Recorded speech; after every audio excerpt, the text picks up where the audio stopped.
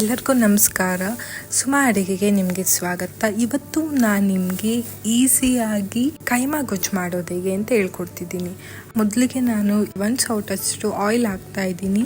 ಅದರಿಂದ ಮೆಣಸಿನ್ಕಾಯಿ ಮತ್ತು ಈರುಳ್ಳಿ ಇದನ್ನು ಸ್ವಲ್ಪ ಫ್ರೈ ಮಾಡ್ಕೊಬೇಕು, ಈರುಳ್ಳಿ ಬ್ರೌನ್ ಆಗೋವರೆಗೂ. ಆಮೇಲೆ 1 ಸ್ಪೂನ್ ಶುಂಠಿ ಬೆಳ್ಳುಳ್ಳಿ ಪೇಸ್ಟ್ನ ಹಾಕ್ತಾ ಇದ್ದೀನಿ. ಆಮೇಲೆ ನೀಟಾಗಿ ತೊಳೆದಿರೋಂಥ ಕೈಮಾ, ಇಲ್ಲಿ ನಾನು 1 kg ಕೈಮಾ ತೊಗೊಂಡಿದ್ದೀನಿ.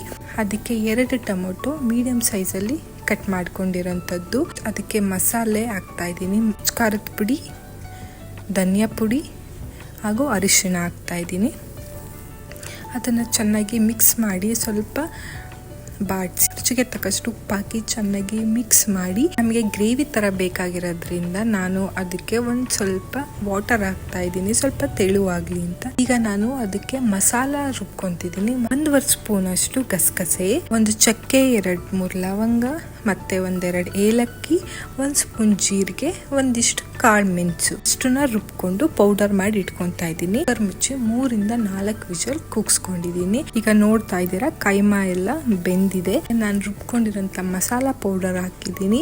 1/2 ಸ್ಪೂನ್ ಅಷ್ಟು ಗರಂ ಮಸಾಲ ಹಾಕಿದ್ದೀನಿ. ಈಗ ನಾನು ಅದಕ್ಕೆ ಪುದೀನ ಹಾಗೂ ಕೊತ್ತಂಬರಿ ಸೊಪ್ಪನ್ನ ಹಾಕಿ ಫೈನಲ್ ಟಚ್ ಕೊಟ್ಟಿದ್ದೀನಿ. 1 ಅವರಿಂದ 1 ಅವರ್ ಒಳಗೆ ಕೈಮಾ ಗೊಜ್ಜು ನೀವು ಪರೋಟ ಜೊತೆ ತಿನ್ಬೋದು, ರೈಸ್ ಜೊತೆ ತಿನ್ಬೋದು. ತುಂಬ ಚೆನ್ನಾಗಿರುತ್ತೆ, ಮನೆಯಲ್ಲೆಲ್ಲ ಇಷ್ಟಪಡ್ತಾರೆ. ಟ್ರೈ ಮಾಡಿ. ನಮ್ಮ ಚಾನಲ್ಗೆ ಸಬ್ಸ್ಕ್ರೈಬ್ ಆಗಿಲ್ಲ ಅಂದರೆ ಸಬ್ಸ್ಕ್ರೈಬ್ ಆಗಿ. ಹೀಗೆ ಈಸಿ ಆಗಿರೋಂಥ ಅಡುಗೆಗಳನ್ನ ತೋರಿಸ್ಕೊಡ್ತೀನಿ. Thank you.